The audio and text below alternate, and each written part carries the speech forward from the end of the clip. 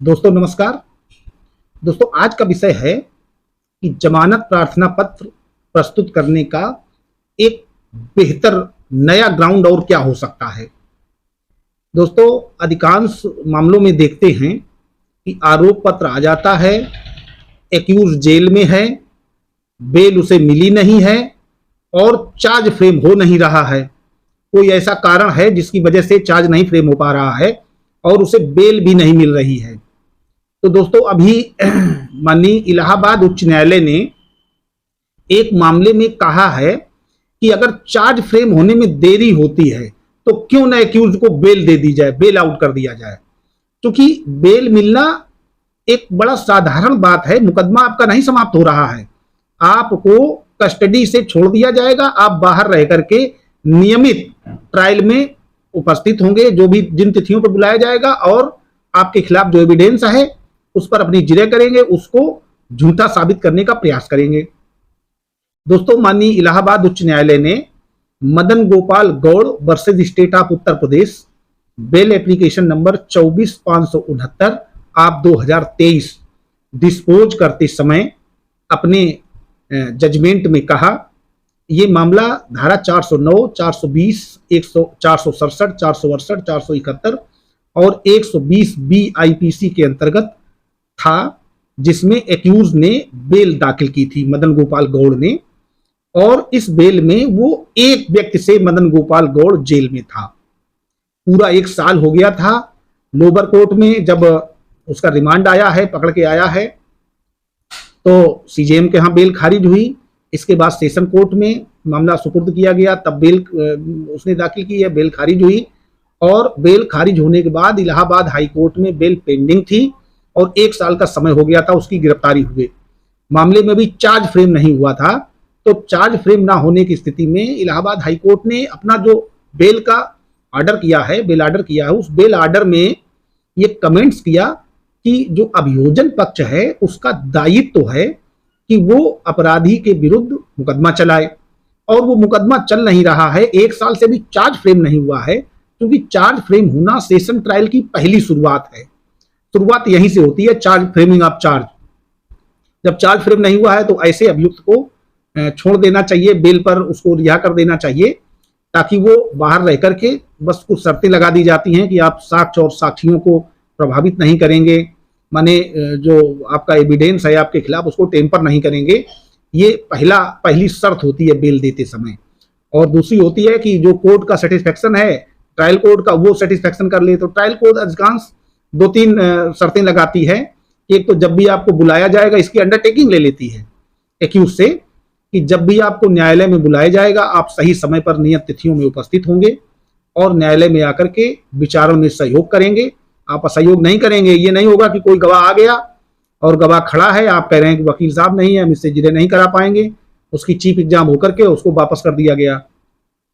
तो दोस्तों ऐसे किसी मामले में जिसमें चार्ज फ्रेमिंग देर में हो रही हो, मुकदमे में सामान्य तिथियां पड़ रही हो, आपका क्लाइंट माने आप जेल में हैं, तो ऐसी स्थिति में आप जब बेल एप्लीकेशन मूव करें तो उसमें यह ग्राउंड जरूर लिखें कि मामले में सामान्य तिथियां नियत हो रही हैं और हम सो एंड सो माने फला फला डेट से जेल में हैं, हमको जमानत पर निर्मुक्त कर दिया जाए और उचित प्रतिबंध पत्र ले लिए जाएं। दोस्तों ये मुझे लगता है कि एक्चुअली है क्या कि लोअर जुडिशरी में, लोअर कोर्ट में माने सेशन कोर्ट में अगर कोई बेल एप्लीकेशन मूव होता है तो कोई भी ये ग्राउंड नहीं लिखता है। ये ग्राउंड ज्यादातर हाई कोर्ट में दिए जाते हैं, लेकिन धारा 439 सीआरपीसी के अंतर्गत अनेबल हाई कोर्ट को और सेशन कोर्ट को एक समान अधिकार है, इक्विवेलेंट पावर है बेल पर सुनवाई करते समय। और माननीय उच्चतम न्यायालय ने कहा भी है कि जो ट्रायल कोर्ट है माने जिला जज, जनपद सेशन जजेज हैं, उनको बेल देने में कतई डरना नहीं चाहिए, खूब आराम से बेल देनी चाहिए। क्योंकि व्यक्ति को जेल में रखना उसकी स्वतंत्रता का हनन है। अगर वो व्यक्ति ट्रायल में सहयोग कर रहा है, समय पर कोर्ट आ रहा है तो और साक्ष्य को प्रभावित नहीं कर रहा है, तो उसको बेल दे देनी चाहिए। अब क्योंकि कोई ऐसा मैथमेटिकल फार्मूला अभी तक नहीं बनाया गया है कि किन मामलों में बेल दे दी जाए।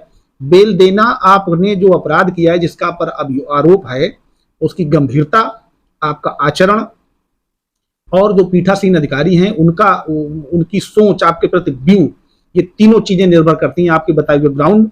और इन सभी चीजों को देखते हुए आपका जो आपराधिक इतिहास है, इन सभी चीजों को देखते हुए बेल ग्रांट की जाती है। तो बेल लेते समय अगर आपको ज्यादा समय हो गया है और ऐसा लग रहा है कि ये ग्राउंड ठीक रहेगा, आपका चार्ज फ्रेम नहीं हुआ है, 1 साल के ऊपर टाइम है, तो आप इसी केस का हवाला देते हुए अपनी बेल एप्लीकेशन मूव कराइए और उसमें कहिए, एफिडेविट के साथ कहिए कि मैं जो भी न्यायालय शर्त लगाएगा उन शर्तों का पालन करूंगा और जब भी न्यायालय में मुझे बुलाया जाएगा मैं नियत तिथियों पर उपस्थित आता रहूंगा और मैं किसी साक्ष्य और साक्षियों को प्रभावित नहीं करूंगा और इन आधारों पर मुझे, और जो भी आपके ग्राउंड लिखने हैं वो तो आप लिखिए ही जो संदेह उत्पन्न करते हो। जब तक संदेह नहीं क्रिएट होगा तब तक आपको बेल नहीं कोई न्यायालय देगा। तो आपको संदेह तो क्रिएट ही करना है। किसी भी घटना में किस तरीके से वो घटना हुई है वो उसकी स्टोरी पर निर्भर करता है। जो भी प्रोसिक्यूशन ने स्टोरी बनाई है आप उस पर कहीं ना कहीं संदेह उत्पन्न करा दीजिए, आपको बेल के 100% चांस हो जाएंगे। और साथ ही ये जो ग्राउंड है कि देरी हो रही है ट्रायल में, 1 वर्ष हो गया है और 1 वर्ष या उससे ऊपर हो गया है और आपको सामान्य तिथियां मिल रही हैं, आप न्यायालय में पेशी पर आए, आपने आपके ऑर्डर शीट पर सिग्नेचर करा दिए गए और सामान्य लिख दिया गया, आप वापस चले गए। तो ऐसी स्थिति में बेल का ग्राउंड लेते समय ये बात कहिए कि इतना समय व्यतीत हो गया है और मुझे अभी हमारा चार्ज फ्रेम नहीं हुआ है, ना ही आगे प्रक्रिया बढ़ रही है, इसलिए हमें जमानत पर निर्मुक्त कर दिया जाए। तो संभवतः उम्मीद रहेगी कि आपको इस ग्राउंड पर भी बेल, चूंकि बेल हनीबल हाई कोर्ट ने इसी ग्राउंड पर दी है, बेल एप्लीकेशन भी मैंने बताया है, बेल एप्लीकेशन नंबर है 24,569 आप 2023, Madan Gopal Gaur versus state of Uttar Pradesh, इसमें बेल दी गई है। तो दोस्तों इस प्रकार के मैटर्स में अगर कोई आपका परिचित, आपका कोई क्लाइंट, आपके घर का कोई सदस्य, कोई ऐसा व्यक्ति जेल में है जिस पर केवल प्रक्रिया चल रही है और उसको बेल नहीं मिल रही है, चार्ज फ्रेम नहीं हुआ है, कोई अभी गवाह नहीं आया है और सामान्य तिथियां मिल रही हैं, तो आप तत्काल प्रार्थना पत्र दें और बेल आउट हो जाएं। दोस्तों मुझे जो अच्छा लगता है, ये समझ में आता है कि आप लोगों के लिए आवश्यक है, जानकारी होना जरूरी है, उस संबंध में वीडियो बनाता हूं। अगर आपको हमारे वीडियोस पसंद आते हैं तो हमारे चैनल को सब्सक्राइब करें और अपने दोस्तों को वीडियो शेयर करें और वीडियो को लाइक करें। नमस्कार।